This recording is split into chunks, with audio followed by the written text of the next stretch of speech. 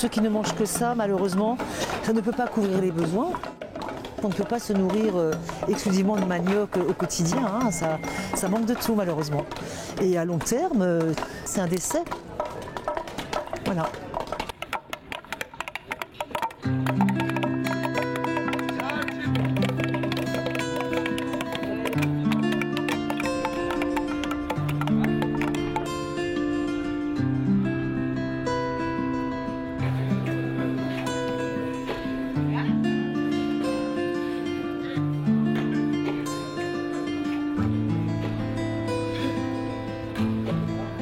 En tant que chef d'établissement, notre premier rôle, c'est d'éviter que ce genre de choses arrivent, qu'il y a la mort de personnes détenues et que les personnes détenues mangent à leur faim au jour le jour, malgré le peu de moyens qu'on a.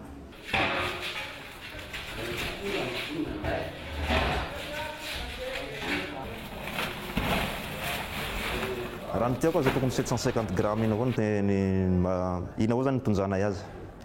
Fa ny hoe tsy fisian'izay moa iny tsy hitany any atao manaraka izay situation-ny stock-nay eto.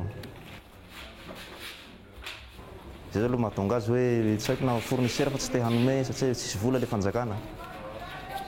Zay aloha fandinisanay azy fa tsisy zava-tsy hainay aloha. Fa zay miandry livraison avao. Tsy afaka manao inona zany zay aty amin'ny Fonjabe.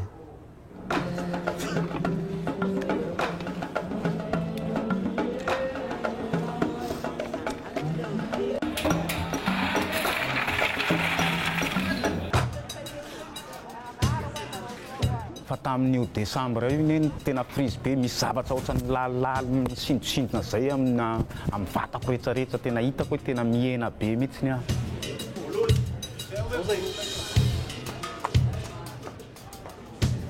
Donc c'est un patient qui ne prend pas de poids depuis 4 semaines, depuis un mois. Donc nous allons le voir en consultation cet après-midi pour essayer d'évaluer, de trouver la cause de cette absence de prise de poids. 45 ? Semaine dernière ? 47. Semaine d'avant ? 47. Il vient nous voir cet après-midi ? Chikina. 17,5. C'est lui qui tousse beaucoup. Il respire. Derrière la malnutrition, il y a le plus souvent des pathologies silencieuses avec des signes masqués par cette malnutrition même. Et comme le corps ne réagit plus normalement à ces pathologies, les signes ne sont plus évidentes. On va le ramener à l'infirmerie pour ausculter les poumons. Il a pris le sirop, vite. D'où l'intérêt d'une investigation médicale poussée et sérieuse pour pouvoir détecter toutes ces maladies qui se cachent derrière cette malnutrition pour guérir jusqu'au bout et la maladie et la malnutrition.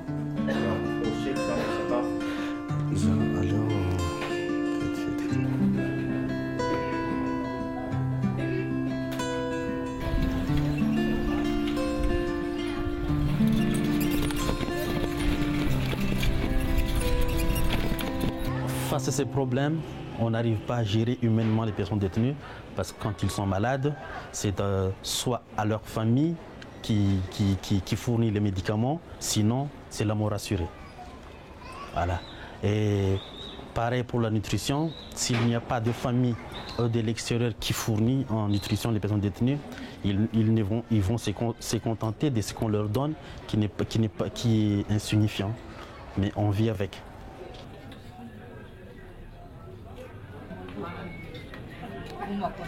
Sakafo ny zany lafa hita avao. Anao zany mba mana sakafo hafa sy ny toy, manahaka olo mba misy longony manesy sakafo azy. Sy zako satria le arety eo zany malay hany regny zany fa maraindray miboaka mamy pipi regny zany eo. Fany zany magnano lavo zany le mitonga amin'ny hazo regny. Zay azoko te ndisiko mandry malaky zany satria sy zako sy zao fany. Satria le arety zany misondrotsy avao.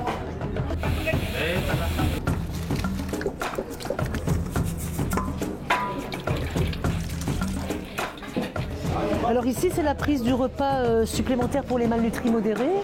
Riz, haricots, huile, légumes, ce qui leur apporte 2400 kcal.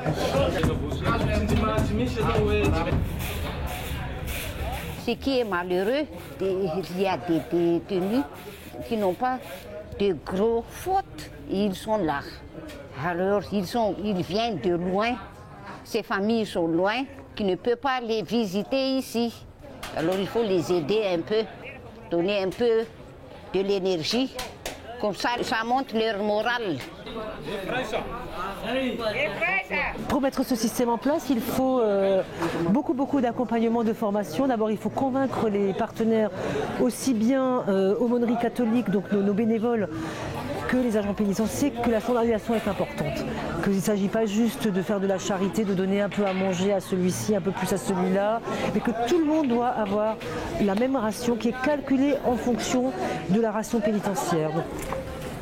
C'est un repas qu'ils reçoivent une fois par jour, généralement à 3 heures du repas pénitentiaire constitué de manioc. Tous les plats ont la même taille, ont un nombre standard de louches, 3 louches de riz, une louche de haricots, une louche de légumes et une louche de sauce. On diminue énormément les risques d'erreur en standardisant les assiettes, les cuillères, les louches, les outils.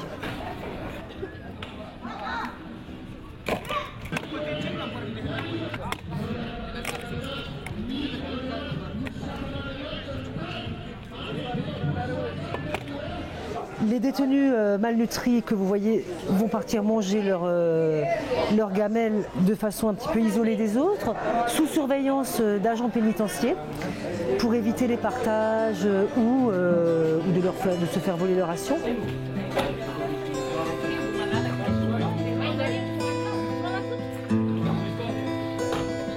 Donc il faut vraiment essayer de guérir les gens en 3 mois maximum. Donc on a des résultats très corrects. Malgré le fait qu'un détenu sur 3 arrive malnutri en détention, déjà. Donc on a 33% de malnutrition à l'incarcération, ici dans cette région.